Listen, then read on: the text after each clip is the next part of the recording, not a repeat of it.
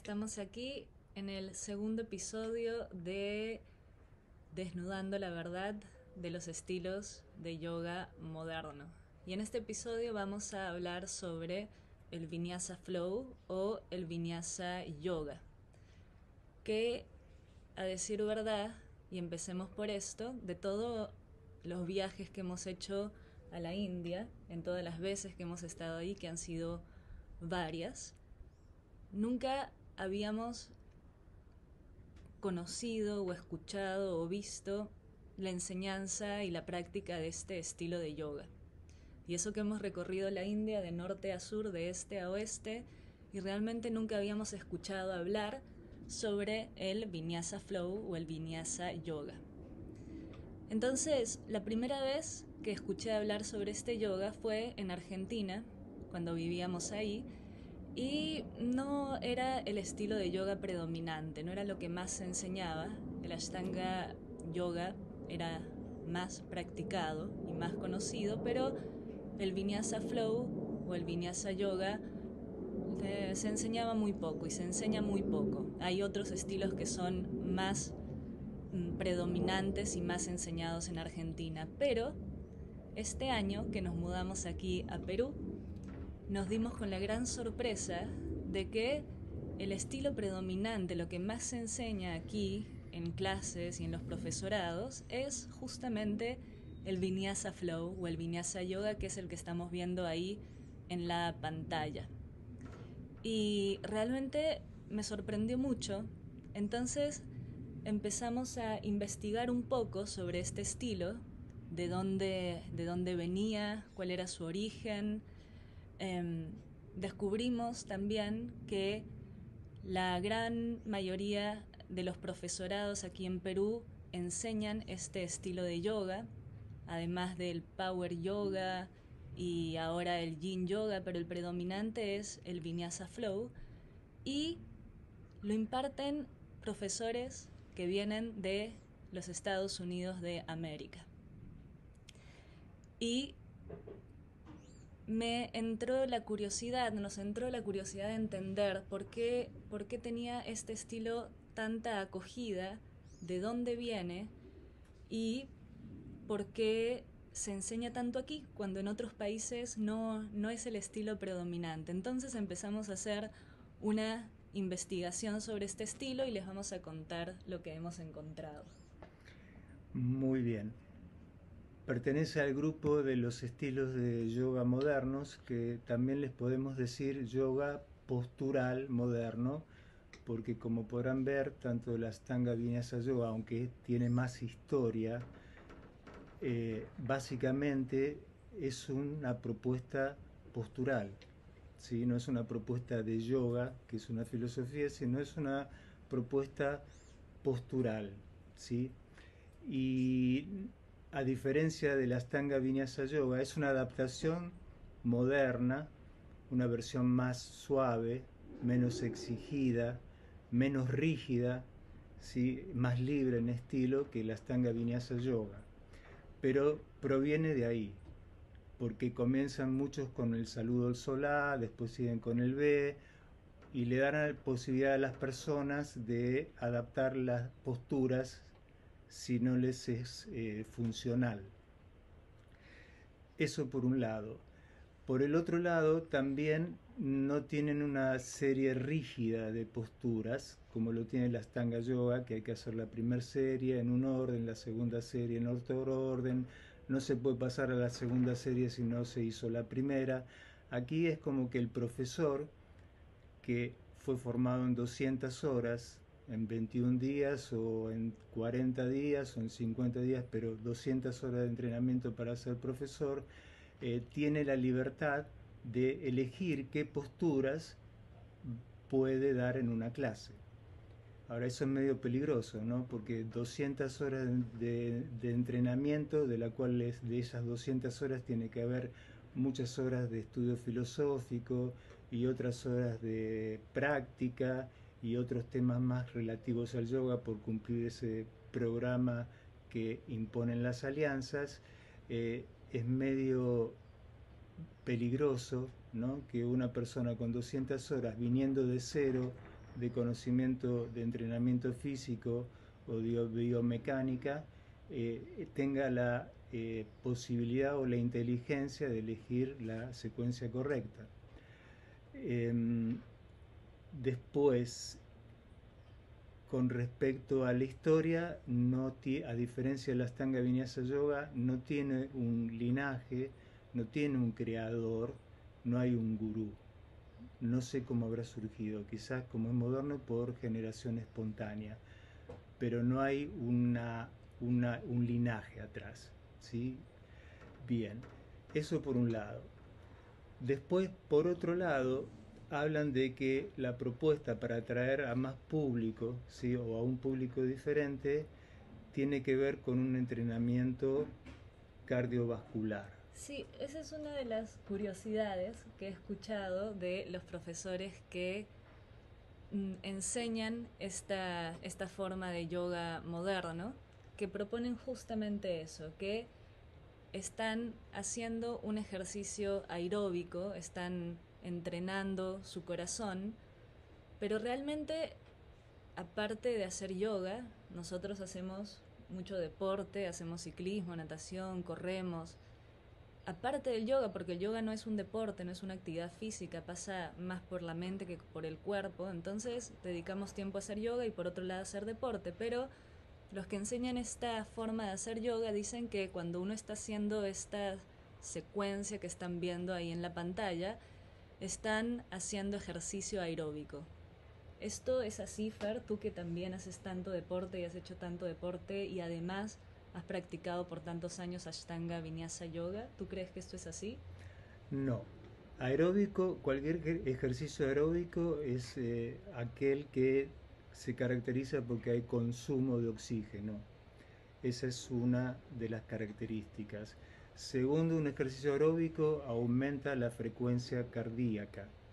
Uno puede decir que aquí también va a aumentar la frecuencia cardíaca. Sí, pero para ser considerado aeróbico tiene que aumentarse la frecuencia cardíaca a un 70%, a un 90% de la capacidad máxima de cada persona.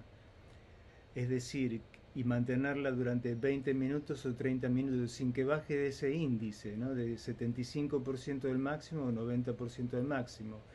Y eso no va a ocurrir aquí, porque va a haber posturas que van a estar de sentado, ¿sí? De flexiones y que no requieren de tanto oxígeno y no va a aumentar tanto la frecuencia cardíaca. Entonces no creo yo que se pueda decirle a las personas de que van a estar trabajando en una forma aeróbica. Yo pienso que lo hacen para atraer a un público, ¿sí? Porque lo aeróbico está considerado como bueno, es bueno el aeróbico, ¿sí? Se preocupa más por el ejercicio del corazón más que nada, ¿sí? Pero lo hacen más que nada para atraer a un público que piensa que porque es aeróbico es bueno, pero esto no es aeróbico. Es más, en realidad el yoga busca todo lo contrario, ¿no? Sí, si vamos a ver realmente las propuestas de yoga antiguo, eran posturas como la que están haciendo estas personas ahora, pero mantenidas en tiempo y por lo consiguiente estaban destinadas a que el ritmo cardíaco, al revés que suba, disminuya. A, a, también estaban destinadas a que la frecuencia respiratoria disminuyera y no que aumentara, ¿sí? Por eso las posturas eran estáticas, quietas, y era considerado que uno conquistaba la postura cuando ya no había esfuerzo, ¿sí? Y acá vemos que es todo lo contrario, hay un constante esfuerzo, hay un constante movimiento, por lo tanto la frecuencia cardíaca es alta y la frecuencia respiratoria también es alta. Ahora, ¿por qué querían los yogis disminuir la frecuencia cardíaca y por qué querían disminuir la frecuencia respiratoria? Porque estaban preocupados por la mente, por las fluctuaciones mentales, ¿sí? Por la actividad mental. Entonces, si uno disminuye la frecuencia cardíaca y uno disminuye la frecuencia respiratoria, hay un impacto sobre la frecuencia del cerebro. Después, todos estos ejercicios aeróbicos o fluidos con exigencia muscular activan más el sistema simpático que el parasimpático. Y el yoga quiere trabajar más sobre el parasimpático, que es el que está relacionado con la digestión, con el sueño y con la relajación. Y esto es todo lo contrario. Y justamente eso es lo que realmente busca el yoga, que siempre le estamos diciendo que es un trabajo más sobre la mente que sobre el cuerpo. El cuerpo es solo un vehículo, ¿no? El cuerpo tendría que servir justamente como el vehículo para lograr bajar la frecuencia cardíaca, lograr bajar la frecuencia de las respiraciones, lograr ir bajando, deteniendo las fluctuaciones de la mente para poder entrar en ese estado contemplativo. Entonces, a mí me encantaría saber cómo es que haciendo esta secuencia de posturas enlazadas entre sí, como las que estamos viendo en la pantalla, me encantaría saber cómo es que este cometido del yoga, esta propuesta del yoga de poder entrar en un estado meditativo, bajar la frecuencia cardíaca, bajar la frecuencia respiratoria, detener las fluctuaciones de la mente, cómo es que eso va a suceder haciendo esta secuencia. Porque otra de las curiosidades, Fer, que yo leí en algunas páginas de los profesores de Vinyasa Flow o Vinyasa Yoga, es que al igual que la Ashtanga Yoga de Patabi Joyce, también se amparan en los Yoga Sutras de Patanjali. Entonces, incluso llegué a leer de una profesora que enseña Vinyasa Flow, que dice que en los sutras de Patanjali se dice practicar el Vinyasa Flow, o se hace mención al Vinyasa Flow. Yo leí muchas veces los sutras de Patanjali y nunca encontré el sutra que hablara sobre Vinyasa Flow o Vinyasa Yoga. Me encantaría poder preguntarle a esa profesora en qué sutra, en qué página se menciona el Vinyasa Flow. Yo no creo que Patanjali conociera el Vinyasa Yoga o el Vinyasa Flow, o lo propusiera como parte de sus 8 pasos para llegar a ese estado tan elevado y a esa transformación de la conciencia que es el samadhi, que es el propósito del yoga. Entonces, yo reflexiono y me pregunto, estando aquí en Perú y viendo que es el estilo de yoga que más se enseña en este país, que es el mío, me pregunto por qué este estilo de yoga tiene tanta acogida aquí. ¿Qué es lo que la gente ve en esta forma de yoga? Sí, yo también me lo pregunto, sí, y no es solamente para este tipo de yoga, sino también para todos los que son similares. eh, ¿Qué es lo que, cómo es que puede tener tanta acogida, aparentemente, con esta propuesta, ¿no? Postural? Que primero, si hablamos de postural, la verdad que no es una propuesta postural inteligente, ¿sí? Y por eso estos tipos de yoga están haciendo algo que es inteligente, ya que están haciendo una propuesta de yoga, que es elegir ejercicios de educación física, de gimnasia, que fueron hechos para educar a la gente físicamente. Se incorporan muchos ejercicios de movilidad, ¿sí? Que son algunos de los que están viendo acá. Estos son, no son específicamente estos, pero son todas variaciones, eso parece danza, nueva expresión corporal más que yoga. Pero están poniendo muchos ejercicios de movilidad de la educación física que eso me parece en realidad acertado, ¿sí? Pero le siguen llamando yoga, ¿no? Cuando están poniendo ejercicios de movilidad y de educación física. Ahora, me parece mejor que las personas que van a este tipo de clases hagan ejercicios de gimnasia que fueron hechos, diseñados específicamente por profesionales, ¿sí? Con esa finalidad y no este tipo de propuestas de gimnasia postural. Que además, ¿Cuántos años estudia un profesor de educación física para tener el conocimiento correcto de cuáles son los ejercicios adecuados para cada persona, cómo secuenciar una clase? Mínimamente 4 años. Sí, y lo que a mí me llama la atención también que en todos estos profesorados, ¿sí? Eh, a veces incluyen a kinesiólogos y a veces tienen que obligatoriamente enseñar biomecánica. Ahora yo me pregunto, ¿no? Una persona que entiende de biomecánica y una persona que es un profesional como es un kinesiólogo, si esta propuesta de ejercicio postural es funcional para muchas de las personas que asistan a estas clases, si no sería más conveniente que eligieran otro tipo de propuesta para una persona que se inicia en hacer actividad física, ¿sí? Después, la pregunta, volviendo a la pregunta de Alexa, ¿cómo puede ser que tenga tanto éxito? Yo creo que hay que buscar en que las personas, primero, no están informadas, no saben, ¿sí? Y segundo, porque hay una gran necesidad de encontrar respuestas y que estos tipos de yoga, ¿sí? llamados como llamados entre paréntesis yogas, prometen que van a lograr resultados si practican esto, así como prometen de que van a estar haciendo un ejercicio aeróbico cuando es mentira, prometen también que van a tener un equilibrio mental, lo que es imposible porque no trabajan con la mente, trabajan con el cuerpo, ¿sí? Prometen un montón de cosas a las personas y las personas creídas por esas promesas van y asisten a las clases.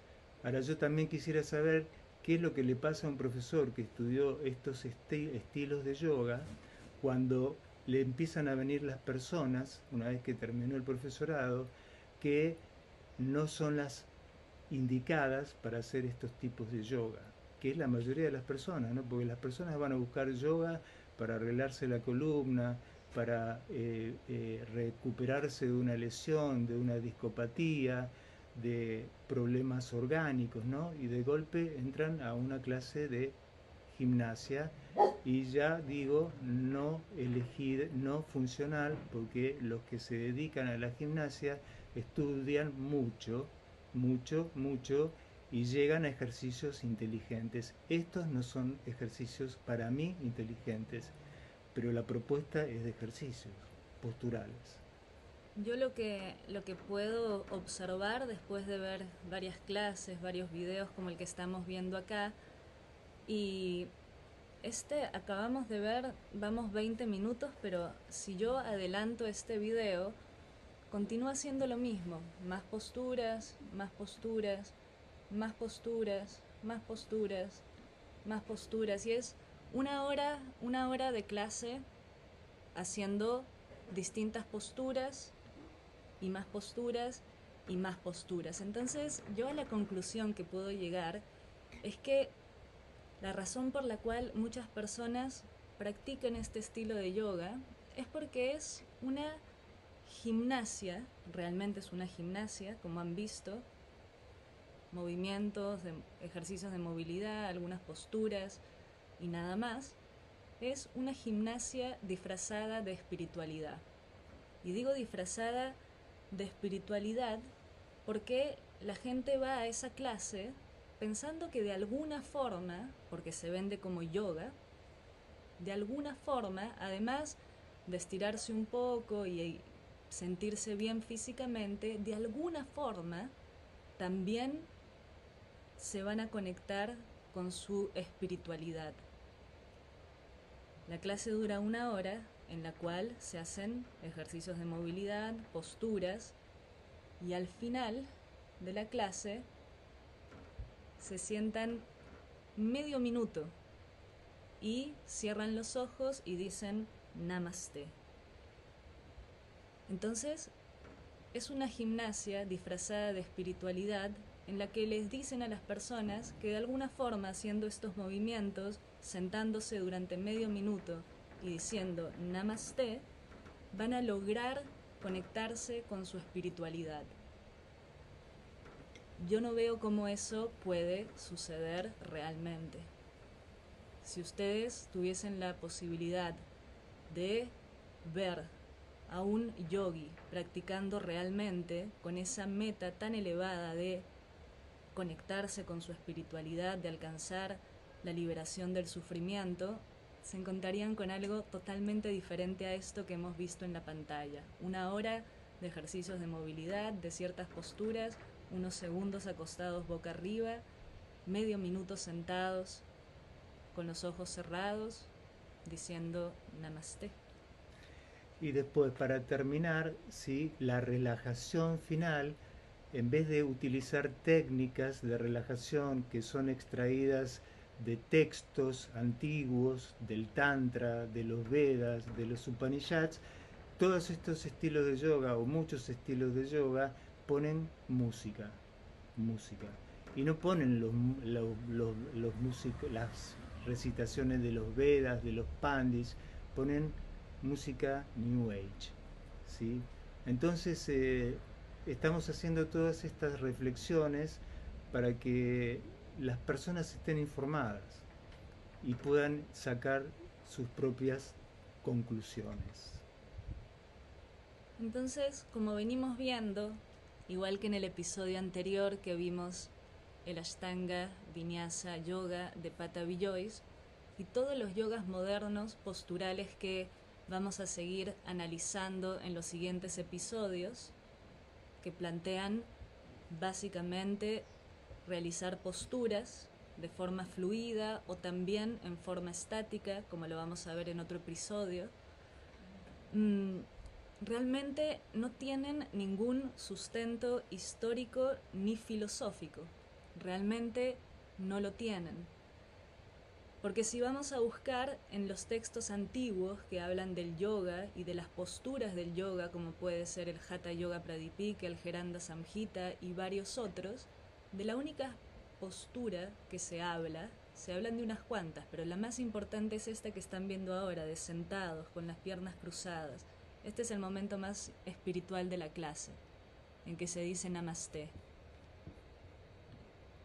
Entonces, estos yogas posturales realmente no tienen un sustento filosófico o un sustento